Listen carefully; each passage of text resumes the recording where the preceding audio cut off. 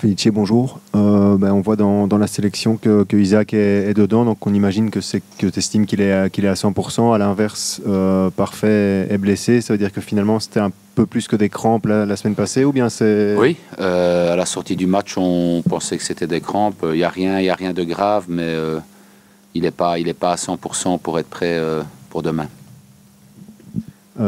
Pour revenir à Isaac, donc lui il l'est totalement, ou bien parce que c'est vrai qu'il n'a pas eu une très longue absence, donc il serait capable de jouer 90 minutes selon toi? Il s'est entraîné normalement, je vais dire presque toute la semaine, sauf le premier jour de la reprise. Donc si je décide de le titulariser, oui, il est prêt.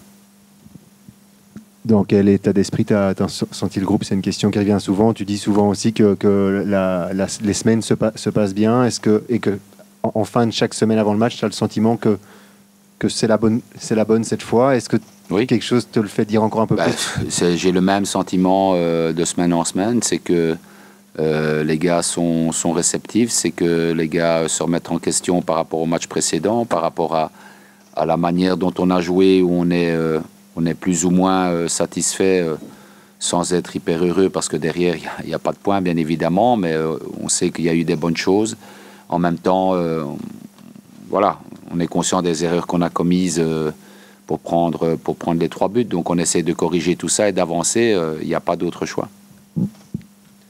Le match d'OHL, on a forcément en mémoire un peu le match aller qui finalement conditionne votre début de saison, puisque longtemps vous cherchez cette première victoire que vous aviez à ce moment-là sans l'erreur d'arbitrage. Ça a été confirmé derrière. Je sais que tu n'aimes pas parler de sentiment de revanche, mais quel sentiment tu as si tu regardes dans le rétroviseur par rapport à ce match-là? Et est-ce que c'est possible d'estimer un peu finalement la perte au-delà des 2 points ce jour-là sur le début de votre saison, même si c'est difficile à dire? Non, c'est pas difficile à dire. Je pense qu'on est tous d'accord pour dire que ça a conditionné peut-être les semaines qui ont suivi, même si c'est pas le facteur déterminant de la situation dans laquelle on est aujourd'hui. Mais ça a certainement conditionné au niveau du mental, au niveau de l'état d'esprit. Après, le sentiment de revanche, oui et non. Oui, parce que c'est vraiment injuste ce qui nous est arrivé à ce match-là, mais vraiment. Et après, non, parce qu'aujourd'hui, on doit se battre non pas contre l'OHL spécialement, mais contre toutes les équipes qui nous restent à jouer pour essayer de sauver notre saison. Et c'est ça le plus important.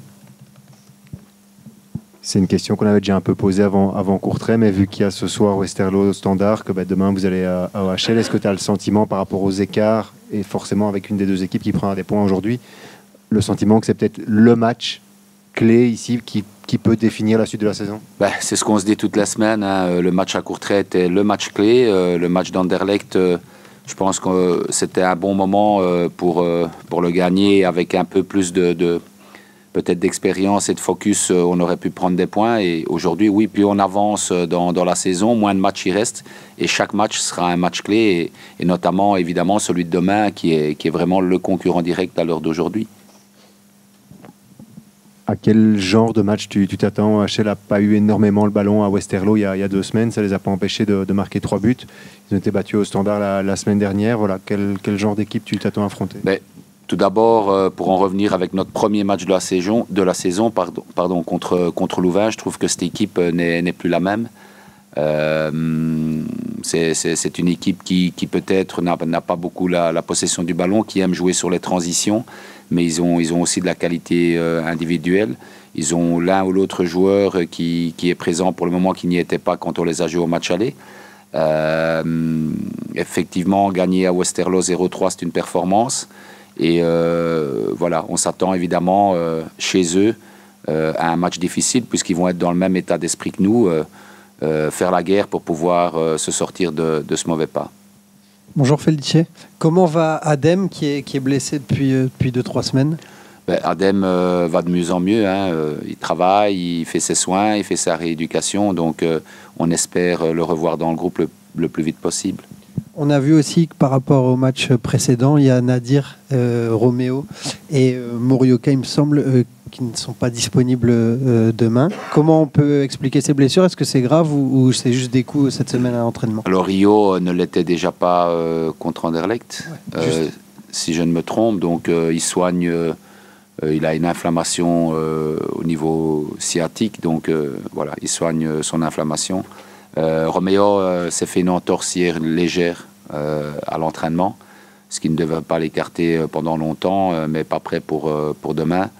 Et Nadir a ressenti une gêne au match d'Anderlecht, après qu'il soit rentré à son genou. Et voilà, il a été traité toute la semaine, mais il n'est pas prêt non plus. Au niveau des points positifs, il y a eu notamment la prestation de Camara, on en a beaucoup parlé.